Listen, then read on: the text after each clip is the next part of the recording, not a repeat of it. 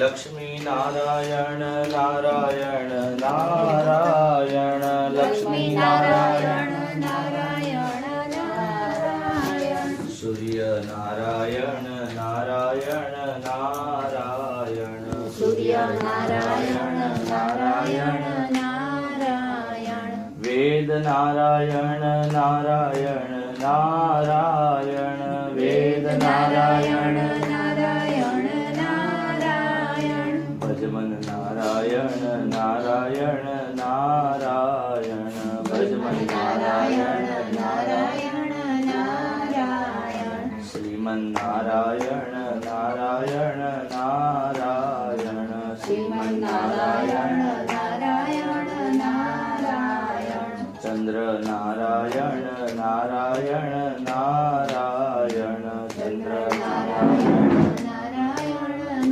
નારાયણ શ્રીમન નારાયણ નારાયણ નારાયણ શ્રીમન નારાયણ નારાયણ નારાયણ કૃષ્ણ કનૈયા લાલ કી જય. શાંતાકારમ ભુજગશયનમ પદ્મનાભમ સુરેશમ વિશ્વાધારમ ગગનસદૃશમ મેઘવર્ણન શુભાંગમ લક્ષ્મીકાંતમ કમલનયનમ યોગીભીર ધ્યાનગમ્યમ વંદે વિષ્ણું ભવભયહરમ સર્વલોકૈકનાથમ સર્વલોકૈકનાથમ. કૃષ્ણ કનૈયા લાલ કી જય. શ્રી ગરુડજી મહારાજ કી જય. કાલ સુધી આપણે શ્રી ગરુડ પુરાણજીના 2 અધ્યાય સુધીનું શ્રવણ કર્યું. આજે આગળ વધીએ. 3જો અધ્યાય.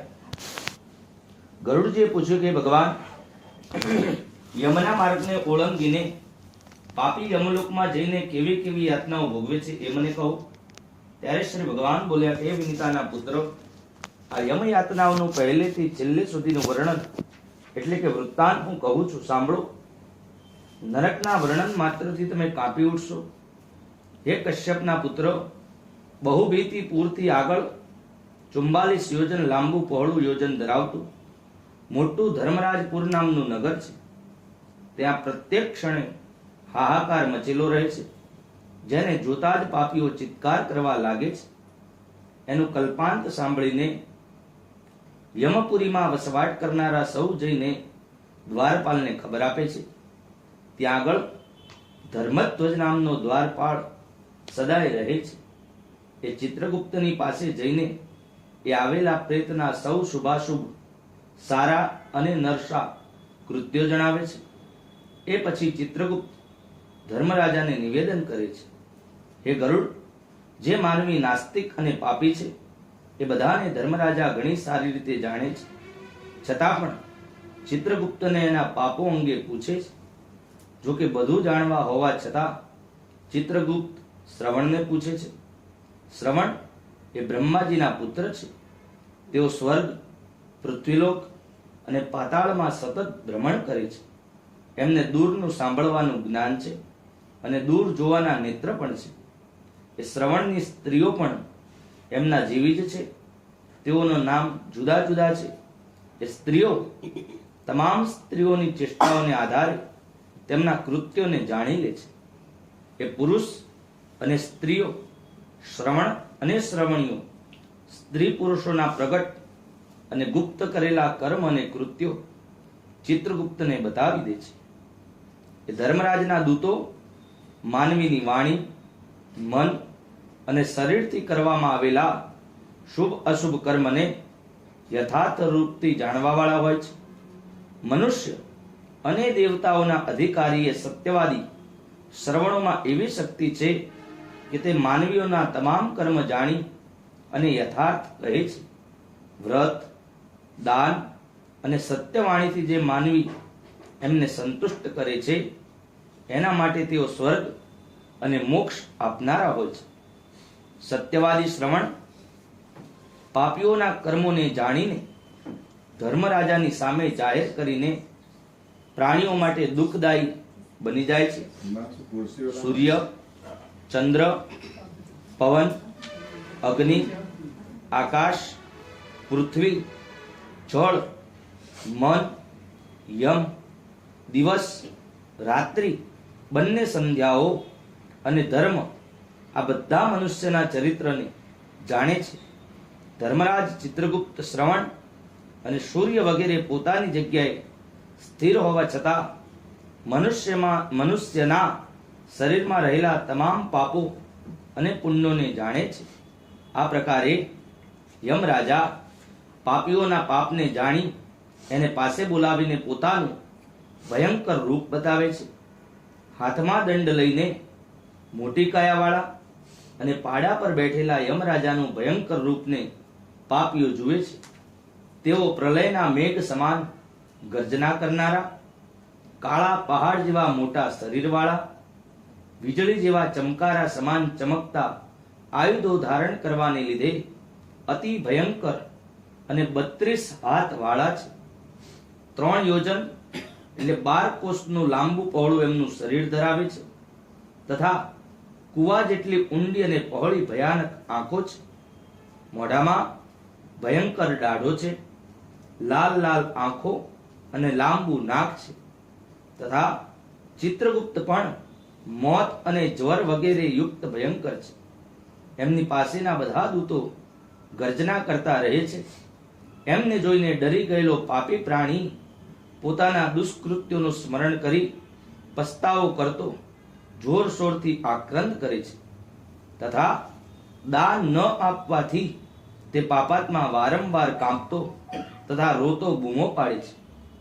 ત્યારે પાપીઓને ચિત્રગુપ્ત યમરાજાની આજ્ઞાથી પૂછે છે કે હે દુરાચારી, પાપી તે અભિમાનથી દૂષિત થઈ વિચાર્યો વિના કોના માટે આ પાપ કર્મ સંચિત કર્યા છે? હે મૂઢ માનવી, કામ ક્રોધથી અને પાપીઓની સંગતિથી ઉત્પન્ન દુઃખદાયક પાપ શા માટે સંચિત કર્યા છે? તે હસતા હસતા પાપ કર્યા છે એવી રીતે યાતના પણ હવે ભોગવ. આ સમય તું મોઢું શા માટે ફેરવે છે? તે જે ખૂબ જ પાપ કર્યા છે એ પાપ જ દુઃખનું કારણ છે, તે જાણી લે.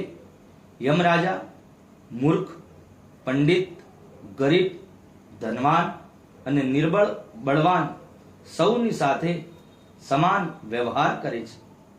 ચિત્રગુપ્તની આવી વાતો સાંભળતા જ પાપી પોતાના કર્મોને વિચારતો ચૂપ બેસી જાય છે. ચોરની જેમ નિશ્ચલ બેઠેલા એ પાપીને જોઈને ધર્મરાજા એના પાપ માટે ઉચિત દંડ સંભળાવે છે. એ પછી એ નિર્દય યમના દૂતો એને ધમકાવતા અને મારતા કહે છે કે હે પાપી, તું અત્યંત ભયંકર મહાઘોર નરકમાં જા. હે ગરુડ, યમની આજ્ઞાનું પાલન કરનારા પ્રચંડ અને ચંડક નામના યમદૂતો એ પાપીને એક દોરડાથી બાંધીને નરકમાં લઈ જાય છે, જ્યાં સળગતી આગની સમાન ક્રાંતિ વાળું એક મોટું વૃક્ષ છે. તે 5 યોજન મોટું અને 1 યોજન ઊંચું છે. એ પાપીઓને સાંકળોથી બાંધીને વૃક્ષ ઉપર ઊંધો લટકાવીને યમના દૂતો ખૂબ જ મારે છે. વૃક્ષની અગ્નિના કારણે તે રડે છે, પરંતુ ત્યાંની રક્ષા કરનારું કોઈ હોતું નથી. ભૂખ અને તરસથી હેરાન થયેલો અને યમના દૂતો દ્વારા પ્રતાડિત થઈ અત્યંત શોક કરે છે. હે ગરુડ, આ રીતે યમદૂતો હજારો પાપીઓને એ સિમળાના વૃક્ષ ઉપર લટકાવે છે. આ રીતે અનેક પાપીઓ અહીં લટકતા જોવા મળે છે. આશ્રય રહિત એ પાપીઓ એ દૂતોની આગળ હાથ જોડીને કહે છે કે હે દૂતો, અમને મારશો નહીં, અમારો ગુનો માફ કરો.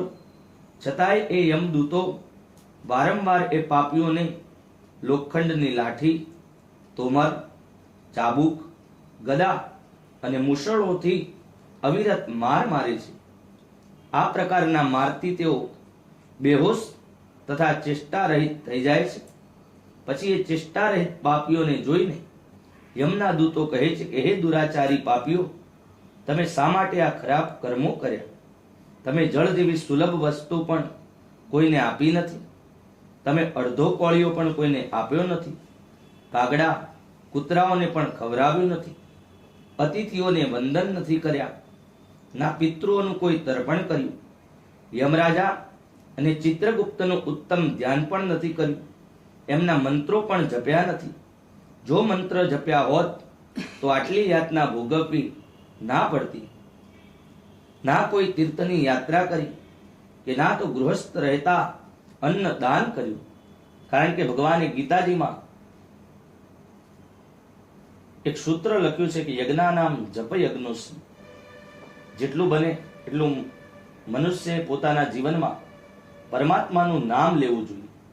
કારણ કે જ્યારે જ્યારે મનુષ્ય ભગવાનનું નામ લે છે ત્યારે એના શરીરમાં અનેક ઉર્જાઓ ઉત્પન્ન થતી હોય છે અને એ ઉર્જાઓ થકી એ ભગવત કૃપા પ્રાપ્ત થઈ શકે છે.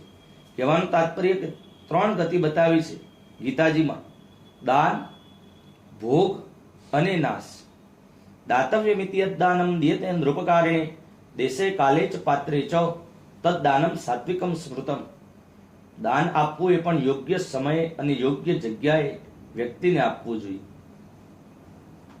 દાન આપ્યા પછી એ દાનનો જો દુરુપયોગ થાય, એ દાન યોગ્ય માર્ગે ન વપરાય તો આપનારને પણ દોષ લાગે અને લેનારને પણ દોષ લાગે છે. બીજું કયું છે ભોગવવું જોઈએ. લક્ષ્મીજીની 3 ગતિ બતાવી: દાન, ભોગ અને નાશ. બીજું પોતાના ઉપયોગ માટે ભોગવવું જોઈએ. 4 ધામની યાત્રા છે, 12 જ્યોતિર્લિંગની યાત્રાઓ છે, સારા યજ્ઞો છે, પૂજા પાઠ, આ બધું કર્મ કરી અને પોતાના માટે એક પુણ્ય સંચિત કર્મ ભોગવવા માટે કરવું જોઈએ. અને ત્રીજું બતાવ્યું છે નાશ. તમે કોઈને દાન નહીં આપો, તમે પોતાના માટે ભોગવશો નહીં, તો એ સંચિત કર્મો દ્વારા એ દ્રવ્યનો નાશ થશે ને થશે જ. આગળ વધીએ. કોઈ તીર્થની યાત્રા કરી કે ના તો ગૃહસ્થમાં રહેતા અન્ન દાન કર્યું, ના કોઈ સાધુ સંતની સેવા કરી, માટે તમે તમારા પાપોને ભોગવો. તમે ધર્મ મામલે હીન છો, તેથી બધી રીતે માર ખાવાને લાયક છો. માત્ર હરિ ભગવાન જ સક્ષમ છે જેઓ અપરાધીને ક્ષમા આપી શકે છે.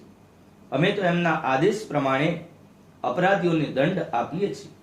આમ જણાવીને એ દૂતો નિર્દયતાથી એ પાપીઓને પ્રતાડિત કરે છે. એ વખતે પાપી સળગતા અંગારાની જેમ નીચે પડી જાય છે. પડવાના સમયે સીમડાના વૃક્ષના પાનથી એમનું શરીર કપાઈ જાય છે અને જે નીચે પડે છે એને કૂતરા ખાય છે. ત્યારે આવા પાપીઓ ચિત્કાર કરવા લાગે છે. તે વખતે યમના દૂતો એમના ખુલ્લા મોઢામાં રેત ભરી દે છે અને પછી વિવિધ પાસથી બાંધી કોઈ પાપીને તો લાકડું ચીરવામાં આવે છે, તો કોઈ એવી રીતે ઊભા ચીરવામાં આવે છે. કેટલાકને વળી કુહાડી વડે કાપવામાં આવે છે, તો કેટલાક પાપીઓને ખાડામાં અડધા દાટી દઈને તેમના માથાને બાણોથી વિંધવામાં આવે છે. કેટલાકને ઘાણીમાં નાખીને એને પીલવામાં આવે છે, તો કોઈકને સળગતા અંગારા અને લાકડામાં ધકેલી ધમણ વડે ચારે તરફથી ઘેરી લઈને લોખંડના પિંડની જેમ તપાવે છે. કેટલાકને કડાઈમાં મૂકીને કડકડતા તેલ ઘી નાખીને તળવામાં આવે છે. ઘણાને બાંધીને મસ્ત હાથીના પગ નીચે ફેંકી દે છે, તો કોઈના વળી હાથ પગ બાંધીને ઊંધો લટકાવવામાં પણ આવે છે. કોઈને કૂવામાં નાખવામાં આવે છે, તો કોઈને વળી પહાડ પરથી નીચે ધકેલવામાં આવે છે. કોઈને કીડાઓથી ભરેલા કુંડમાં ધકેલવામાં આવે છે, જ્યાં કીડાઓ એને અત્યંત પીડા આપે છે. તીર જેવી તીક્ષ્ણ ચાંચવાળા કાગડા અને માંસના લોભી ગીધો એ પાપીઓના માથા પર જોરદાર ચાંચો મારે છે અને એમની આંખો અને મુખ કોચે છે. કેટલાકના લેણદાર મરીને યમલોકમાં આવ્યા હોય છે. તે પોતાનું ઋણ કર્જ પાછું માંગતા કહે છે કે મારું ધન પાછું આપી દે, જે તું ખાઈ ગયો છે અને મેં તને હવે યમલોકમાં જોયો છે. નરકમાં આ પ્રકારનો ઝઘડો કરતા પાપીઓનું માંસ સાણસાથી કાપીને યમદૂત એમના મુખમાં ગાલે છે. આ પ્રકારે યમની આજ્ઞાથી એ પાપીઓને પ્રતાડિત કરી તામિશ્રાદિ ઘોર નરકોમાં ખેંચીને નાખે છે. આ નરકો ખૂબ જ દુઃખ આપનારા છે.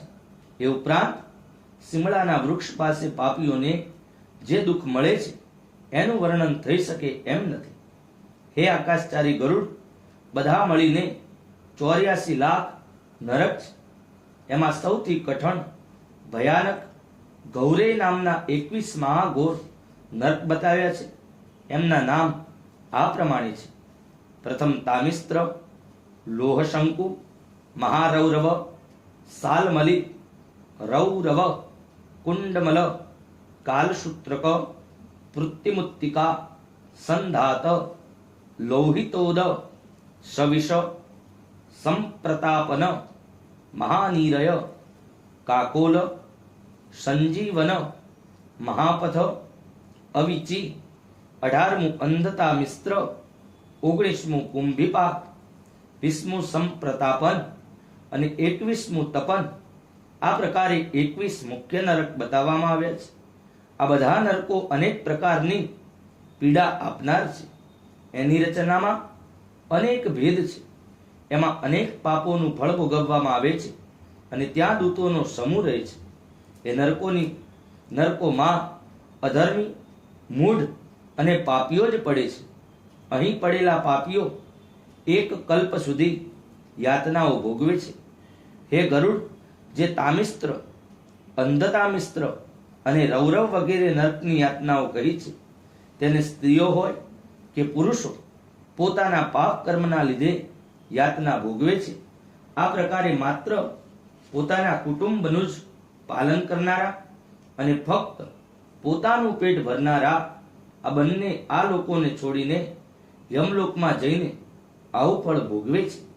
જેને પ્રાણીઓને વેર કરી અધર્મના રસ્તે રૂપિયા એકઠા કર્યા હોય છે, એ પોતાનું આ શરીરને છોડીને એકલો જ પાપ ભોગવવા નરકમાં જાય છે.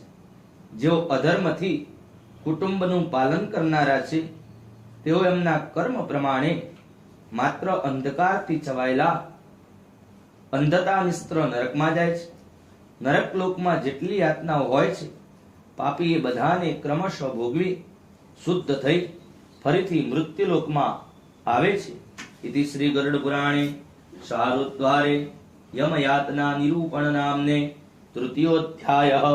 શ્રી કૃષ્ણાર્પણમસ્તુ. કૃષ્ણ કનૈયા લાલ કી, શ્રી ગરુડજી મહારાજ કી જય.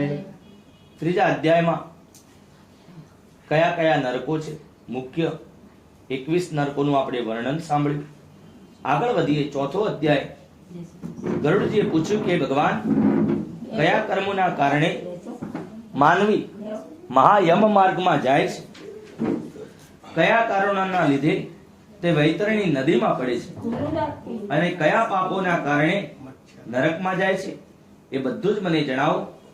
ત્યારે શ્રી ભગવાન બોલ્યા કે હે ગરુડ, જેઓ સદાય અશુભ કર્મમાં રત રહે છે અને કદી શુભ કર્મ કરતા નથી, એવા પાપીઓ જ એક નરકમાંથી બીજા નરકમાં જાય છે.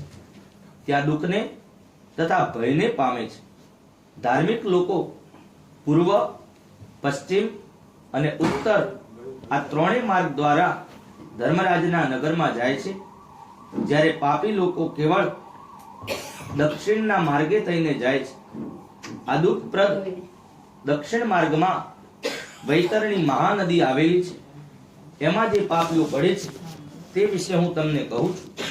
બ્રાહ્મણને મારનારો, મદિરા પીનારો, ગૌ હત્યા કરનારો, બાળકની હત્યા કરનારો, સ્ત્રીઓને મારનારો, એનો ગર્ભ પાડનારો તથા સંતાઈને છાનામાના પાપ કરનારો, તે અને ગુરુ દેવતા, બ્રાહ્મણ, સ્ત્રી અને બાળકોના ધનનો ચોરનારો, જે કર્જ લઈ પાછું આપતો નથી, અન્યથી વિશ્વાસઘાત કરનારો, જુઠ્ઠું બોલનારો, અનાજમાં ઝેર આપનારો, માત્ર દોષોને ગ્રહણ કરનારો, ગુણોની તારીફ એટલે કે વખાણ ન કરનારું, ગુણીજનોની અદેખાઈ કરનારું, નીચ લોકો પ્રત્યે અનુરાગ રાખનારું, સત્સંગથી રહિત, મૂઢ, તીર્થ, સજ્જન, સારા કર્મ અને ગુરુદેવોની નિંદા કરનારું તથા પુરાણ,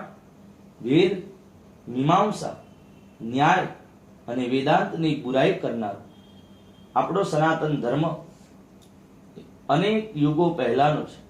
સતયુગમાં પણ હતો, દ્વાપરમાં પણ હતો, ત્રેતામાં પણ હતો અને કળિયુગમાં પણ છે જ. કહેવાનું તાત્પર્ય કે આપણને કોઈને પણ ધર્મ ઉપર, ભગવાન ઉપર, પુરાણો ઉપર સહેજ પણ નિંદા કરવાનો અધિકાર આપણું ધર્મશાસ્ત્ર ના પાડે છે. ક્યારે પણ કોઈ પણ દેવની નિંદા, ધર્મની નિંદા એ બહુ જ મોટામાં મોટું પાપ લાગે છે. શા માટે? કારણ કે આપણા ઋષિમુનિઓ આપણને જીવન કેવું જીવવું એ શીખવાડવા માટે આ ધર્મ સ્થાપિત કર્યું છે. કળિયુગના 4,72,000 વર્ષ છે. એમાં 5,500 વર્ષ જ હજી કળિયુગને થયા છે. કહેવાનું તાત્પર્ય કે કળિયુગ હજી તો નાનું બાળક છે. જેમ જેમ જેમ જેમ સમય જશે એમ કળિયુગનો પ્રભાવ વધશે. કળિયુગનો પ્રભાવ વધવાથી પાપનું પણ વધશે, પુણ્ય પણ વધશે એટલું ને એટલું. કારણ કે સતયુગ, દ્વાપર અને ત્રેતામાં જેટલી ભક્તિ કરતા હતા અને ભગવાન પ્રસન્ન ન થતા હતા એટલું કળિયુગમાં જલ્દી ફળ પ્રાપ્ત થાય છે. કહેવાનું તાત્પર્ય જે ઘરમાં સંસ્કાર હશે, જ્ઞાન હશે, વિવેક હશે અને ત્યાં જ લક્ષ્મી વસશે, લક્ષ્મીનો વાસ થશે અને ધર્મનો પણ સાથે સાથે વાસ થશે. જે ઘરમાં દુરાચાર છે, અત્યારનો યુગ બહુ ફાસ્ટ ચાલી રહ્યો છે. આ પુરાણ 12ની વાત છે. ફાસ્ટ યુગમાં બાળકોને જેવું નાનપણથી શીખવાડી એવું જ બાળકો શીખે છે. જેમ કે 9 મહિના ગર્ભાવસ્થા દરમિયાન એની માતાએ શિવ પુરાણ વાંચવું જોઈએ, મહાભારત વાંચવું જોઈએ, શ્રીમદ ભગવદ્ ગીતા વાંચવી જોઈએ. પણ અત્યારના સમયમાં એની માં 9 મહિના એટલે કે મારા દીકરાને મોબાઈલ જલ્દી ખોલતા આવડે છે. આવડે જ ને બેન, તે કોઈ દિવસ પુરાણ વાંચ્યું નથી, શ્લોકો વાંચ્યા નથી, કોઈ જપ કર્યા નથી, તરત જ ખુલી જાય ફોન એનાથી. કહેવાનું તાત્પર્ય બાળકને મંદિર લઈ જઈએ તો એ મંદિર જતો થાય. બાળક પહેલાના સમયમાં આ બધું આવડતું ન હતું. કારણ કે પહેલાના સમયમાં એની માં બધું પુરાણો વાંચતી હતી, ભગવાનની નામમાળા જપતા હતા અને બધા સારા સંસ્કારો. એ અંદર સંસ્કારનું સિંચન એ DNA માં થાય. જેનેટિક કહેવાય ને જેને આપણી ભાષામાં સાહેબ જેનેટિક કહેવાય, રમસૂત્ર. એ એના પ્રોપર શરીરમાં ક્યારે આવે કે એના માતા પિતાએ કંઈક કર્યું હોય, પૂર્વજોની પુણ્યાઈ હોય, દાદાનું હોય પિતામાં આવે, પિતાનું હોય એના પુત્રમાં આવે અને એ પુત્ર પાછો કંઈક કરે તો આગળની પેઢીમાં પાછું એનું એ આવે. કહેવાનું તાત્પર્ય કે આપણને ધર્મ ઉપર, ભગવાન ઉપર સહેજ પણ શંકા રાખવાની જરૂર છે નહીં. જે ભગવાન આપણને જીવાડે છે, રાત્રે ઊંઘાડી દે છે, તો આપણે જાગતા નથી 3 વાગે કોઈ દિવસ કે શ્વાસ ચાલે છે કે બંધ થઈ ગયો. એ સવારે આપણને ઉઠાડી જ દે છે. જે પરમાત્મા આપણને 9 મહિના ગર્ભમાં પોષણ આપતો હોય એ આપણું જીવન પૂરેપૂરું ચલાવે પણ આપણો શ્રદ્ધા અને આપણી વિશ્વાસ એ પરમાત્મા ઉપર ચોક્કસ હોવી જોઈએ. આગળ વધીએ. વેદાંતની બુરાઈ કરનારો, કોઈને દુઃખી જોઈને રાજી થનારો, હર્ષ પામેલાને દુઃખ આપનારો, ખોટા વચન બોલનારો, સદાય ચિત્તમાં દુષ્ટ ભાવ રાખનારો, હિતકારક વચન અને શાસ્ત્રની વાતોને ક્યારે ન સાંભળનારો, પોતાની જાતને ઘણો મોટો સમજનારો, પોતાને વિદ્વાન પંડિત માનનારો, આવા માણસો તથા અન્ય ઘણા ધર્મથી રહિત પાપીઓ દિવસ રાત રોતા કકળતા યમમાર્ગમાં જાય છે. એ પછી યમના દૂતો વડે શિક્ષા પામેલા તેઓ વૈતરણી નદીમાં જઈને પડે છે. એવા લોકો અંગે હું કહું છું, મા બાપ, ગુરુ, આચાર્ય અને પૂજ્ય વ્યક્તિઓનું જેઓ અપમાન કરે છે તેઓ વૈતરણીમાં ડૂબે છે. જે માનવી પતિવ્રતા, શીલવતી અને સારા કુળવાળી નમ્ર સ્વભાવની સ્ત્રી સાથે દ્વેષ રાખી એને તરછોડી દે છે તેઓ બધા વૈતરણી નદીમાં પડે છે. જે સજ્જનોમાં હજારો ગુણોમાં દોષ કાઢે છે અને એમનું અપમાન કરે છે તેઓ પણ વૈતરણીમાં પડે છે. બ્રાહ્મણોને દાન આપવાનો સંકલ્પ કરી પછી આપતા નથી અને જે એમને બોલાવીને તેમનું અપમાન કરે છે તેઓ બંને સદાય વૈતરણીમાં જ રહે છે. જેઓ દાન આપીને પાછું લઈ લે છે અથવા તો દાન આપ્યા પછી પસ્તાવો કરે છે અથવા બીજાની રોજીરોટી છીનવી લે છે અને અન્યને દાન આપતા અટકાવે છે તેઓ પણ વૈતરણીમાં જ પડે છે. જે યજ્ઞનો નાશ કરે છે, કથામાં વિઘ્નો નાખે છે અને જે બીજાના ખેતરને હડપ કરી જાય છે અને ગાયોને ચરવાની ભૂમિમાં ખેતી કરે છે, જે પોતે બ્રાહ્મણ છે છતાંય ગોળ, ખાંડ, તેલ, મીઠું, ઘી, દૂધ વગેરેના રસ એ બધું વેચે છે. જે દાસીની સાથે મૈથુન એટલે કે ગમન કરે છે તથા વેદોક્ત યજ્ઞથી અન્યત્ર પોતાના માટે પશુઓની હત્યા કરે છે તે અચૂક વૈતરણી નદીમાં પડે છે. જે બ્રાહ્મણોના કર્મોનો ત્યાગ કરીને માંસ ખાય છે, દારૂ પીવે છે, બંધનમાં ન માનનારો, ઉચ્ચ શૃંખલ સ્વભાવવાળો અને શાસ્ત્રોનો અભ્યાસ ન કરનારો સદા વૈતરણી નદીમાં પડે છે. જે પોતે શુદ્ર હોવા છતાંય વેદના અક્ષરો વાંચે છે, કપિલા ગાયનું દૂધ પીવે છે, યજ્ઞોપવિત ધારણ કરે છે અને બ્રાહ્મણ સ્ત્રી સાથે યૌન સંબંધ બાંધનારો હોય છે તે વૈતરણીમાં પડે છે. જે રાજાની પત્ની સાથે ગમન કરે છે, જે પારકાની સ્ત્રીનું અપહરણ કરે છે, જે પોતાની દીકરી પ્રત્યે કામ વાસના રાખે છે, જે સતી સ્ત્રીઓનું સતીત્વ નષ્ટ કરે છે એવા લોકો તથા અન્ય અનેક નિષિદ્ધ ના પાડવામાં આવેલા આચરણ કરનારા, કર્તવ્ય કર્મનો ત્યાગ કરનારા મૂઢ લોકો વૈતરણી નદીમાં પડે છે. સંપૂર્ણ યમ માર્ગની પરિક્રમા કરીને પાપીઓ યમલોકમાં જાય છે અને પછી યમની આજ્ઞા પ્રમાણે યમના દૂતો એમને વૈતરણી નદીમાં પટકે છે. હે ગરુડ, તમામ નરકોમાં મુખ્ય નરક વૈતરણી જ છે, તેથી પાપીઓને એમાં જ પટકવામાં આવે છે.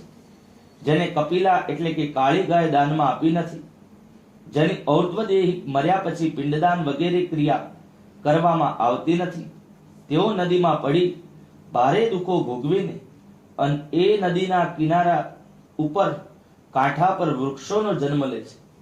જેઓ ખોટી જુબાની સાક્ષી આપે છે અને ખોટા ધર્મમાં તત્પર છે, છળ કપટથી ધન સંચય કરી જીવન નિર્વાહ કરે છે, જેઓ વૃક્ષો ઘણા કાપે છે, વન અને બગીચાનો નાશ કરે છે, વળી તીર્થ વ્રતને છોડીને વિધવાઓના ધર્મને નાશ કરે છે, અને જે સ્ત્રી પરપુરુષમાં આસક્ત થઈ પોતાના પતિ પર દોષ લગાવીને તેનો ત્યાગ કરે છે, એવી બધી સ્ત્રીઓ અને પુરુષો શિમળાના વૃક્ષ પર લટકીને યમદૂતોનો માર ખાતા ખૂબ જ દુઃખ ભોગવે છે.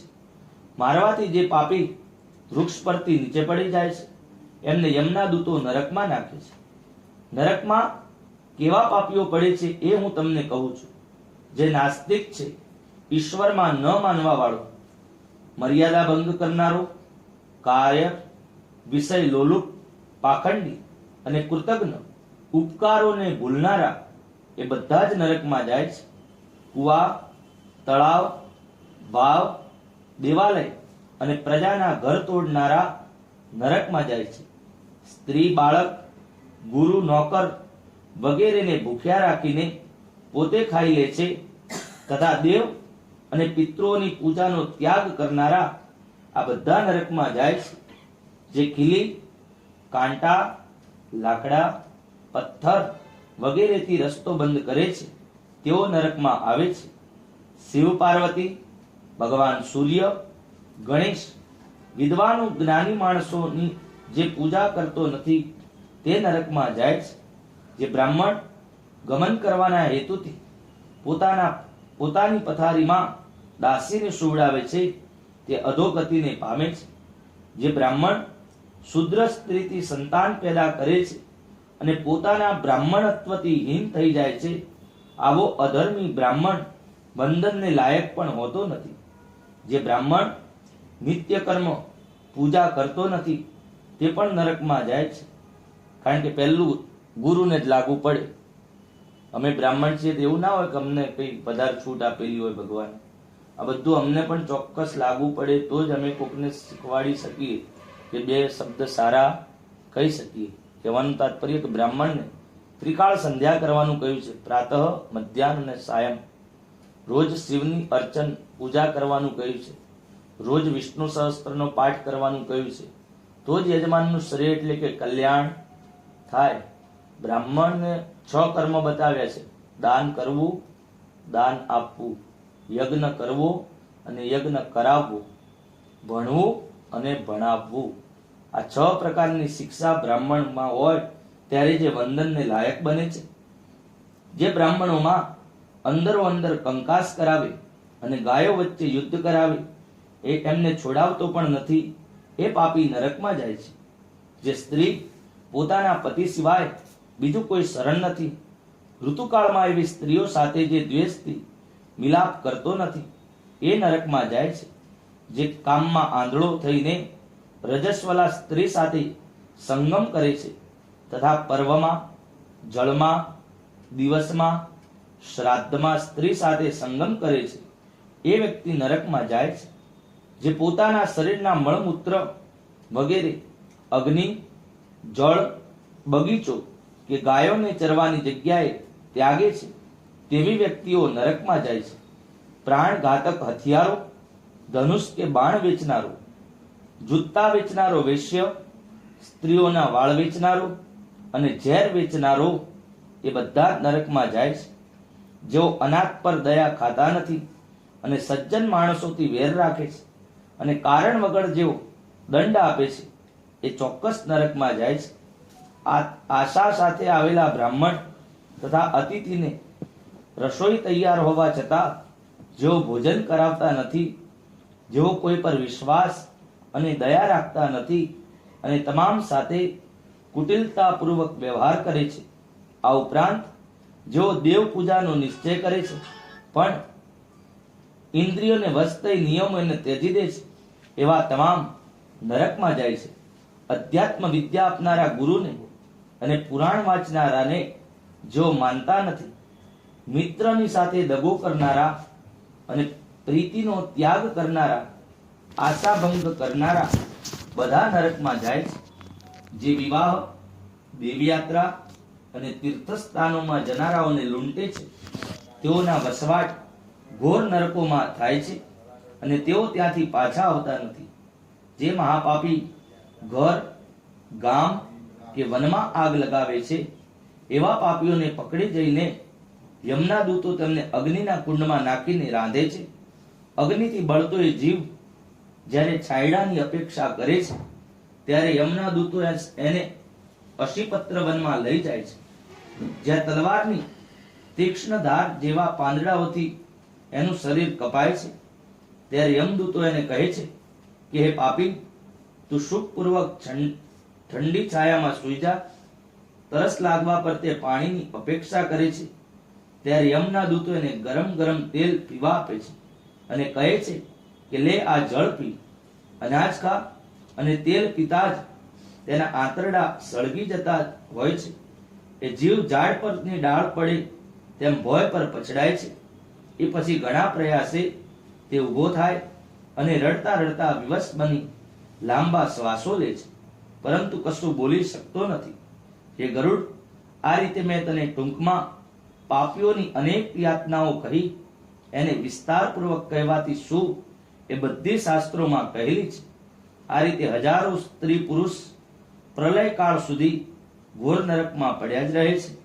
એ પછી એ પાપનું અક્ષય ફળ ભોગવીને એ જ નરકમાં પેદા થાય છે અને પછી યમરાજાની આજ્ઞાથી પૃથ્વી પર જઈને સ્થાવર વગેરે યોનિમાં જન્મ ધારણ કરે છે. ઝાડ, ગુલમહોર, લતા, વેલ, પર્વત અને તૃણ એમને સ્થાવર કહેવાય છે, જે બધા અજ્ઞાનથી ઘેરાયેલા છે. કીડા, પશુ, પક્ષી, જળચર દેવતા વગેરે 84 લાખ યોનિમાં ગણાયા છે. આ તમામ યોનિઓમાં જન્મ લઈ એ પાપી છેવટે મનુષ્ય યોનિમાં આવે છે. પરંતુ નરકથી આવેલા એ પ્રાણી પ્રથમ ચાંડાલને ત્યાં જન્મ લે છે. ત્યાં પણ પૂર્વ જન્મના પાપને કારણે તે ઘણા દુઃખી થાય છે. અહીં કોઢ, જન્મથી અંધ અને મોટા મોટા રોગોથી યુક્ત સ્ત્રી પુરુષને જાણી શકાય છે કે તેઓ પાપ ભોગીને આવ્યા છે. ઇતિ શ્રી ગરુડ પુરાણે સારોગ દ્વારે નરક પ્રદ પાપ ચિહ્ન નિરૂપણ નામને ચતુર્થોધ્યાય. શ્રી કૃષ્ણાર્પણમસ્તુ. કૃષ્ણ કનૈયા લાલ કી જય. શ્રી ગરુડજી મહારાજ કી જય.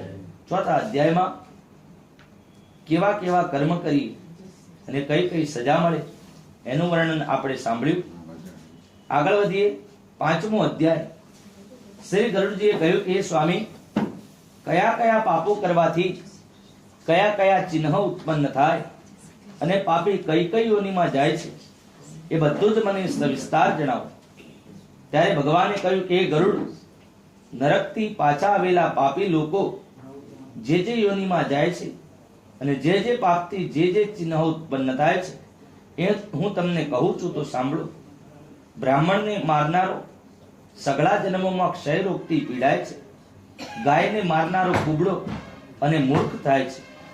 પુત્રીને હણનારો કોઢવાળો બને છે. આ ત્રણેય ચાંડાલની યોનિમાં જન્મ ધારણ કરે છે.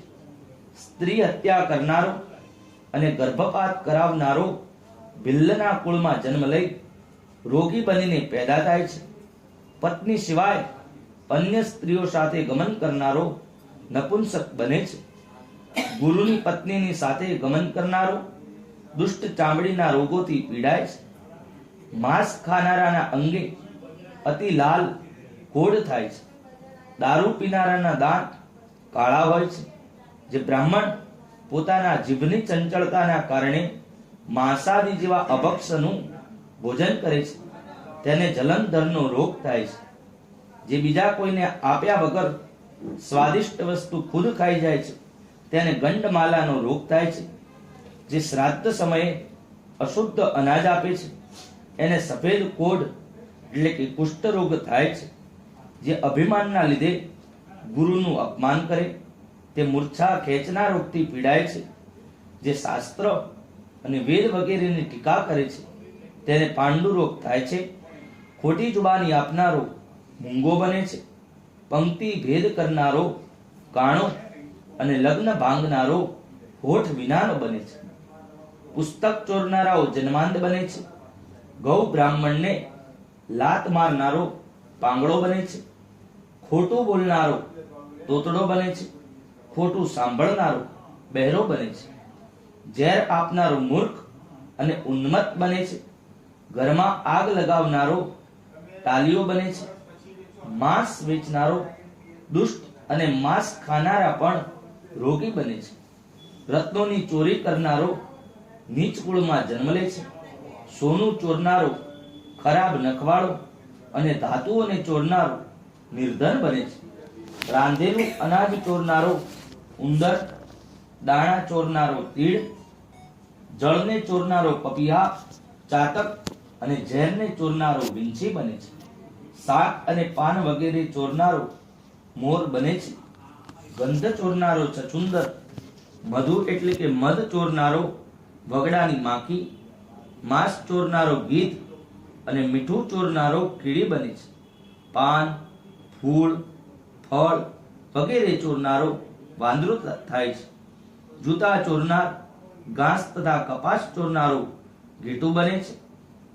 હિંસા કરનારો અને એનાથી જીવન નિર્વાહ કરનારો, તીર્થ કરવા આવેલા યાત્રીઓનું ધન લૂંટનારો, શિકાર કરનારો કસાઈના ઘરમાં બકરા અથવા ઘેટાના રૂપે જન્મ લે છે. વિસ્પાન કરનારો સાપ બને છે. સદાય ઉદ્દંડ રહેનારો જંગલમાં હાથી બને છે.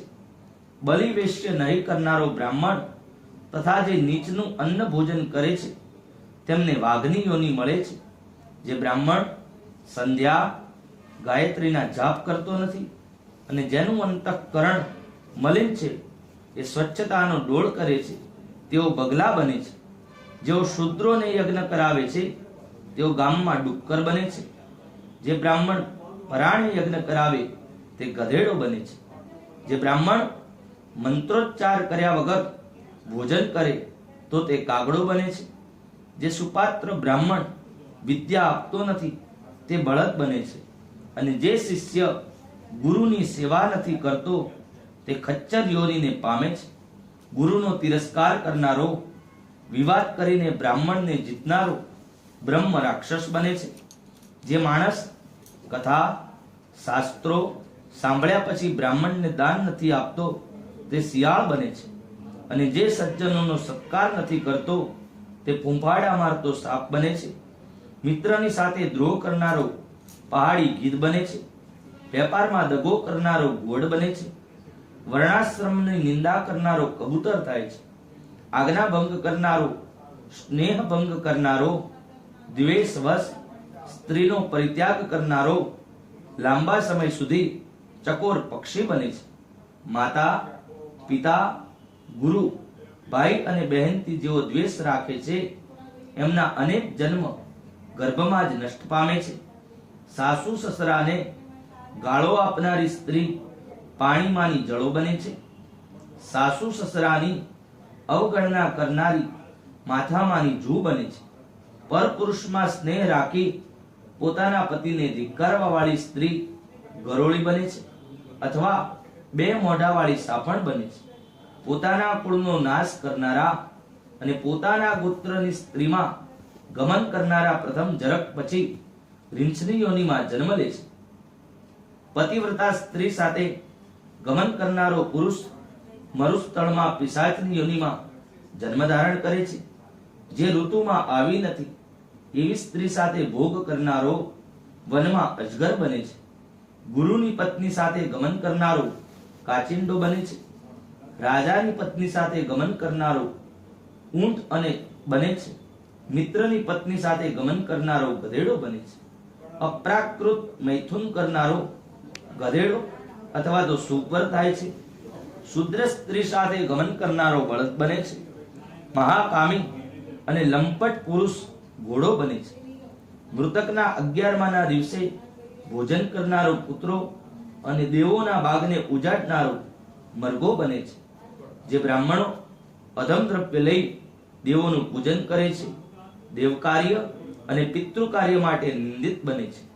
મહાપાપથી યુક્ત થઈ જે પ્રાણી ઘોર નરકોને ભોગવ્યા પછી પાપ કર્મનો ક્ષય થયા પછી આ સંસારમાં ફરીવાર આવે છે, છતાં પણ એ મહાપાપી જ રહે છે. બ્રહ્મ હત્યા કરનારો માનવી ગધેડો, ઊંટ કે ભેંસની યોનિમાં અવતાર લે છે. દારૂ પીનારો કૂતરો કે શિયાળ યોનિમાં જન્મ લે છે. સોનું ચોરનારો કીડો, મકોડો કે પતંગિયાની યોનિમાં જન્મ લે છે. ગુરુની પત્ની સાથે રમણ કરનારો ક્રમશઃ ઘાસ, વેલ, વૃક્ષ વગેરે યોનિમાં જન્મે છે. બીજાની સ્ત્રીનું હરણ કરનારો, બીજાની મિલકત પચાવનારો દેવતા અથવા તો બ્રાહ્મણના ધનને હરનારો બ્રહ્મ રાક્ષસનો જન્મ પામે છે. બ્રાહ્મણને ઠગીને મેળવેલું ધન સાતે કુળને સળગાવી નાખે છે. ઉપરાંત બળાત્કાર અને ચોરીથી જે મનુષ્ય બ્રાહ્મણનું ધન ખાય છે, જ્યાં સુધી ચંદ્ર અને નક્ષત્રોનો ઉદય છે ત્યાં સુધી પોતાની સાથે સાતે કુળનો તે નાશ કરે છે. લોખંડ અને પથ્થરના ચૂરાને તથા ઝેરને માણસ કદાચ પચાવી શકે છે, પરંતુ બ્રાહ્મણના ધનને ત્રણેય લોકમાં કોણ પચાવી શકે? બ્રાહ્મણને જન્મેલા ધનથી પુષ્ટ હાથી, ઘોડા, વાહન અને સેના આ બધા યુદ્ધના સમયે રેતના પુલની જેમ વિખેરાઈ જાય છે. દેવોનું દ્રવ્ય ભોગવનારો, બ્રાહ્મણનું ધન હરનારો અને બ્રાહ્મણની અવગણના કરનારાનું કુળ અકુળ નષ્ટ ભ્રષ્ટ થઈ જાય છે. વેદશાસ્ત્રમાં કુશળ બ્રાહ્મણને છોડીને બીજાને દાન આપવું એ બ્રાહ્મણનું ઉલ્લંઘન કર્યું કહેવાય. પરંતુ વેદ શાસ્ત્રથી રહિત બ્રાહ્મણને દાન ન અપાય તો ઉલ્લંઘન કર્યું ના કહેવાય. કારણ કે પ્રજ્વલતા અગ્નિને છોડીને રાખમાં કોઈ પણ હવન કરતું નથી. હે ગરુડ, બ્રાહ્મણોનું ઉલ્લંઘન કરનારું અનેક નરકોને ભોગવી જન્મથી આંધળો અને ગરીબ થાય છે. એ દાન આપનારો નહીં પરંતુ દાન માંગનાર હોય છે. પોતાની આપેલી અને બીજાએ આપેલી બ્રાહ્મણની જમીન છીનવી લેનારો 60,000 વર્ષ સુધી કીડો બનીને વિષ્ઠામાં રહે છે. જે માણસ અન્યને આપેલું દાન પોતે જ જો પાછું લઈ લે તો એવો પાપી પ્રલયકાળ સુધી નરકમાં વાસ કરે છે. બ્રાહ્મણને ભૂમિ અને જીવિકાનું સાધન એકવાર આપ્યા પછી પાછું લઈ લે કે એની રક્ષા નથી કરતો એ પાપી લંગડો કૂતરો બને છે. બ્રાહ્મણની આજીવિકા બાંધી આપનારને 100 ગાયો આપવાનું પુણ્ય મળે છે. અને જે પાપી બ્રાહ્મણોની આજીવિકાને હરી લે છે તે વાંદરો, કૂતરો અથવા તો માંકડો બને છે. હે ગરુડ, ઉપર કહેવામાં આવેલા આ તમામ ચિહ્નો અને યોનિઓ જીવને પોતાના કર્મો દ્વારા પ્રાપ્ત થાય છે. આ રીતે દુષ્ટ કર્મવાળા નરકની યાતનાઓ ભોગવીને શેષ પાપો ભોગવવા ઉપયુક્ત યોનિમાં જન્મ લે છે. એ પછી વર્ષા, શીત, ઉષ્ણતાથી પેદા થયેલા દુઃખ ભોગવી એમના પાપ પુણ્ય સમાન થાય છે. ત્યારે માનવ દેહ મળે છે. આ જીવ સ્ત્રી પુરુષના પ્રસંગથી ગર્ભમાં જીવરૂપ થઈને ક્રમશઃ મૃત્યુ સુધી અનેક પ્રકારના દુઃખ ભોગવીને મરણને પામે છે. તમામ શરીરધારીઓના જન્મ અને મૃત્યુ થાય છે. 4 પ્રકારના ભૂતગ્રામો અંડજ, સ્વદેજ, ઉદક્ષ અને જરાયુજનું આ પ્રમાણે ચક્ર ચાલે રાખે છે. માનવી મારી માયાથી ઘડિયાળના યંત્ર જેવું ભ્રમણ કરે છે. કર્મમાં જાળામાં બંધાયેલો જીવ ક્યારે મૃત્યુલોક અને નરકમાં જાય છે. અદે આપવા યોગ્ય ન હોય એવી વસ્તુઓનું દાન કરનારો દરિદ્ર બને છે. અને દરિદ્ર હોવાથી તે પાપનું આચરણ કરે છે અને પાપના પ્રભાવથી નરકમાં જાય છે. આ પ્રમાણે વારંવાર દરિદ્ર અને પાપી બને છે. કરેલા શુભ અશુભ કર્મોનું ફળ અવશ્ય ભોગવવું પડે છે. ભોગવ્યા વિના લાખો કલ્પો સુધી કર્મ ફળનો ક્ષય થતો નથી. ઇતિ શ્રી ગરુડ પુરાણે સારોદ્વારે પાપચિહ્ન નિરૂપણો નામને પંચમોધ્યાય. શ્રી કૃષ્ણાર્પણમસ્તુ. કૃષ્ણ કનૈયા લાલ. શ્રી ગરુડજી મહારાજ કી. શ્રીમન નારાયણ નારાયણ નારાયણ. શ્રીમન નારાયણ નારાયણ નારાયણ. શ્રીમન નારાયણ નારાયણ નારાયણ. શ્રીમન નારાયણ નારાયણ નારાયણ. વેદ નારાયણ નારાયણ નારાયણ. વેદ નારાયણ ભજમન નારાયણ નારાયણ નારાયણ. ભજમન નારાયણ નારાયણ નારાયણ. શ્રીમન નારાયણ નારાયણ નારાયણ. શ્રીમન નારાયણ નારાયણ નારાયણ. બદ્રી નારાયણ નારાયણ નારાયણ. બદ્રી નારાયણ નારાયણ નારાયણ. શ્રીમન નારાયણ નારાયણ નારાયણ. શ્રીમન નારાયણ નારાયણ નારાયણ. કૃષ્ણ કનૈયા લાલ. કી જય. શ્રી ગરુડજી મહારાજ.